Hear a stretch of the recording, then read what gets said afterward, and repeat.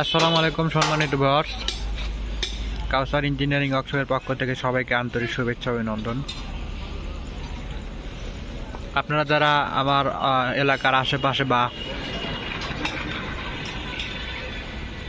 যাদের ধান মারা মেশিন আছে, যদি আপনারা পুরাতন গাড়ি মেরামত করতে চান তাহলে আমাদের স্ক্রিনে দেওয়া নাম্বারে যোগাযোগ করবেন।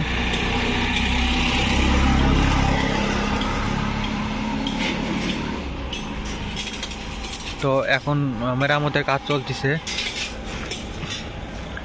তো যেহেতু সামনে সিজন আসতেছে, আপনারা গাড়ি কাজ করলে একটু আগে ভাগে নিয়ে আসেন, কারণ সিজনের সময় অনেক চাপ হয়। তো এই জন্য আপনাদের মূলত আজকে ভিডিও করা।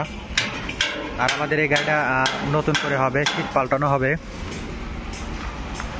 তো আপনারা যারা পুরাতন গাড়িগুলো কাজ করতে চান বা চালনা বিভিন্ন রকমের কাজ করতে চান তাহলে চলে আসুন কাউসার ইঞ্জিনিয়ারিং ওয়ার্কশপে। তো এখানে পানির দামে কাজ করতে হবে।